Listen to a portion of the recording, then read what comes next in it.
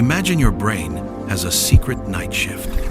The moment you close your eyes, it locks your body in place, cuts the lights from the outside world, lowers your sense of logic, and starts building impossible realities from fragments of your life. You may become a child again, meet someone who is gone, run from something that has no face, or solve a problem you could not touch while awake. Then morning comes, and your brain quietly erases most of the evidence. That sounds like a malfunction. But what if dreaming is not a glitch? What if it is one of the mind's oldest survival tools? To understand dreams, don't start with symbols or fortune-telling. Start with the strange fact that during REM sleep, your brain can look almost awake while your body is almost frozen. This is not an accident. The brainstem sends signals that relax your major muscles so you do not physically act out the drama in your head. Without that brake system, a dream about escaping danger could become a real kick, punch, or fall. At the same time, the visual areas of your brain become active, creating scenes that can feel shockingly real. Your emotional centers also turn up the volume, which is why a dream can make you feel terror, love, shame, or wonder, even when the storyline makes no sense. But the part of the brain that checks logic, the prefrontal cortex, becomes less strict.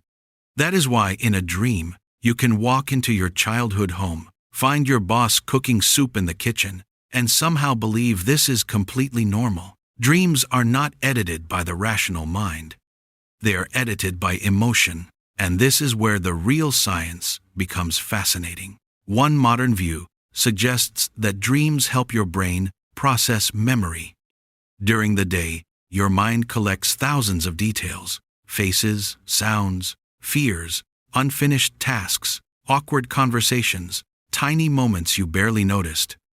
At night, the brain starts sorting them, but it does not sort them like a computer folder. It sorts them like an artist making a collage. It takes a piece of yesterday, mixes it with a fear from childhood, adds a face you saw for 2 seconds, and turns it into a story. The story may be bizarre, but the emotional pattern underneath may be meaningful. Maybe you are not dreaming about the exam because you miss school. Maybe you are dreaming about the feeling of being tested. Maybe the monster is not the point. Maybe the point is the pressure chasing you. Another theory says dreams are rehearsal rooms.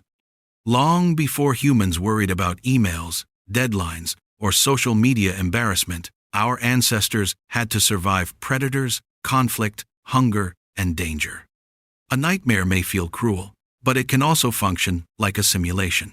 The brain practices fear in a safe environment. You run, hide, freeze, fight, search, escape. Today, the threats have changed. Instead of being chased by a wild animal, you may dream that you are late, exposed, rejected, unprepared, or ignored. Your brain is still running survival drills, but now the jungle is social. This is why dreams often return to the same emotional themes: losing control, being watched, failing in public, searching for someone, or trying to get somewhere, but never arriving. The dream is not always a prophecy. Often, it is a mirror of what your nervous system is training itself to handle. Dreams may also be a creative engine. When you are awake, logic protects you, but it also limits you. It says, that idea is impossible. That connection makes no sense. Stay realistic. In dreams, that guard steps aside. The brain begins linking distant memories and unrelated concepts. This is why artists, scientists, writers, and musicians have sometimes found inspiration in sleep. Not because dreams are magical messages, but because the dreaming brain is less afraid of strange combinations.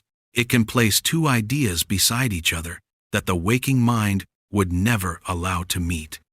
That is why one practical insight is simple. If you want to use your dreams, do not try to decode every image like a secret password. Instead, ask, what emotion was strongest?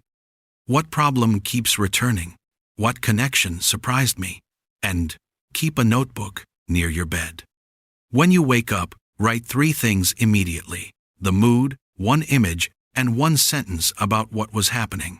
Do this before touching your phone, because dream memory is fragile. The moment notifications enter your mind, the dream dissolves. Over time, you may begin to see patterns, not supernatural predictions, but psychological fingerprints. Stress may appear as endless searching. Grief may appear as impossible reunions. Ambition may appear as climbing, performing, or being evaluated. Creativity may appear as strange objects, invented places, or conversations that feel more symbolic than literal. This is the useful middle path. Respect dreams without worshiping them. They are not always deep.